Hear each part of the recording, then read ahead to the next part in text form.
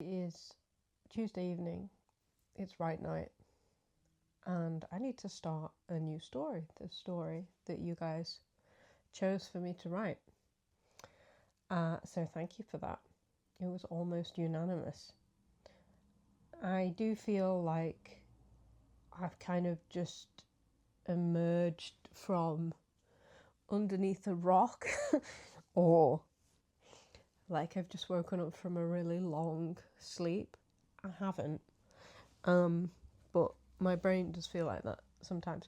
But I also feel a bit like that because I haven't done any writing for probably more than a week now. Why? We went away for a few days on holiday. It was school break, and I had initially thought, oh well, whilst I'm away, I will do the writing 30 minutes every evening, like I did when I went away for work a few weeks ago. What I hadn't accounted for was the amount of mental energy and effort that it would take to be away from home and be like doing activities with the kids all day.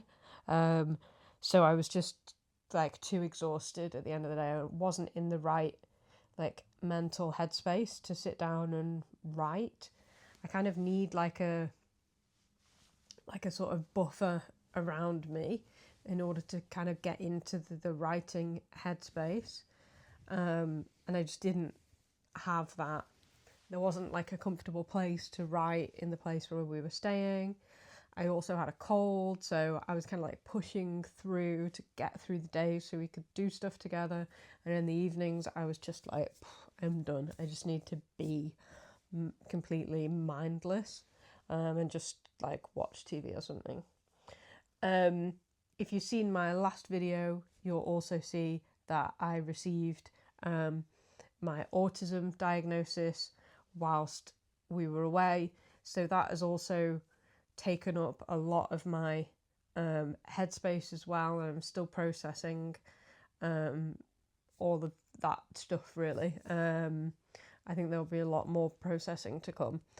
So the point is that I haven't written for a while. I need to start this new story, and I do feel like I kind of left it a little bit long without writing. I don't really feel like doing it tonight, if I'm honest with you. But I thought if I start filming and make a video, it's going to give me like that little bit of a push to do something to start this story.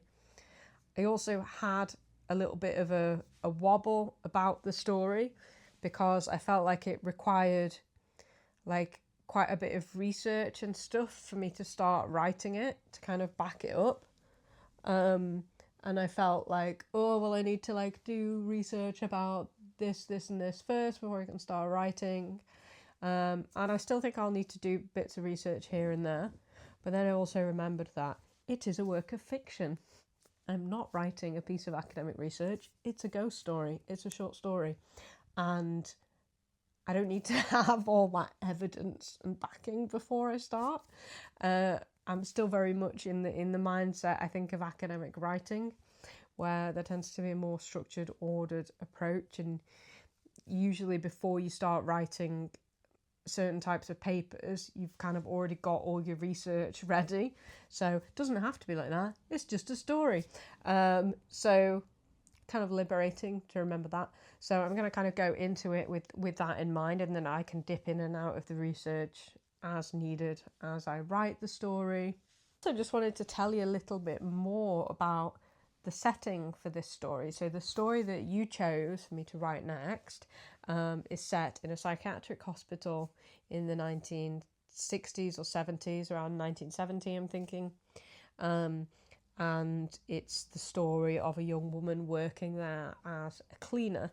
I sort of grew up around a psychiatric hospital. My dad worked in the hospital. He helped manage the grounds and gardens of the hospital in the days when hospitals in the UK, and especially the psychiatric hospitals, had these huge estates and grounds around them. that needed to be managed, and included, you know, large gardens, departments, things like this. So my dad worked there, and this was in the 90s, and it was in the days where a lot of the old psychiatric wards were being closed down or were already closed and empty in the old Victorian buildings. I'm really excited to start writing it and get back into some of those memories to weave this story together. So another thing which I think is important to say about this story is that I'm really not interested in the sort of horror, haunted, mental hospital type trope. That's not what I want to do with this story. And I also think I'm not interested in that because it does a disservice to the setting, the place, and the people that I remember from when I was a kid, and some of the people that I had the privilege of meeting and interacting with who lived at or were patients at the hospital. So that means that my job in writing this story is to think about what type of a haunting do we find in this place, in this time, in this context, and what does that mean? And I want to do that responsibly and ethically. Even though it's a work of fiction, I still feel like I have that responsibility. I am currently being haunted by a very needy cat.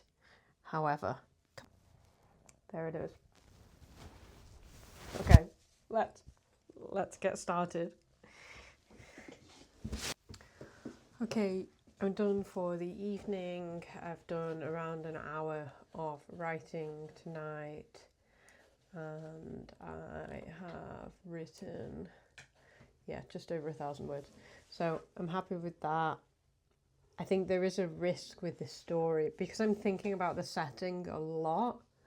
There's a risk that I spend a lot of time and words on that setting and trying to get the atmosphere right, and that might kind of take too long to get into the ghost story itself. And it's only a short story, so I don't want to make this one too long. But I do, at the same time, I think it is important to communicate that setting as well and make it feel real and kind of visceral, I guess. I think I'm also focused on the setting because I don't really know what's going to happen in this story.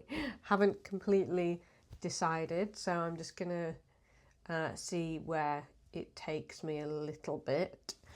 And yeah, like I've got an idea of the vibe that I want to achieve, but I don't know what I want to actually happen yet.